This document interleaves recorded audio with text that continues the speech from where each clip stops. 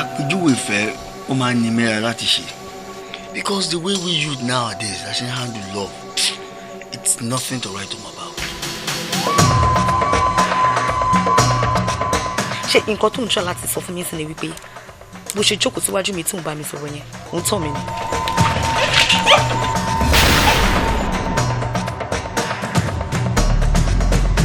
Kí ló dé tí ìwà ọ̀dàlẹ̀ kúnnú ẹ̀yin ọkùnrin náà ẹ fi oyin sí wa lẹ́nu tán àti gbé mi àwa dogun.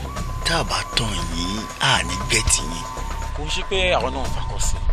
It's just that we are all graduates.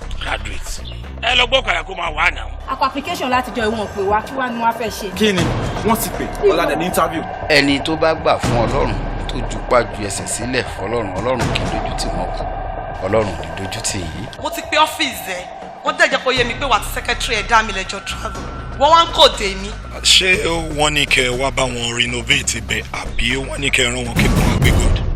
Kẹ́ máa wò ó nǹkan ò kí ń tẹ́ lọ́rùn bó ṣe wà yín nǹkan oníkan ló máa ń wù. Ṣé o kò máa lọ just like that wá fi mí sílẹ̀ àti ẹni ṣe anything?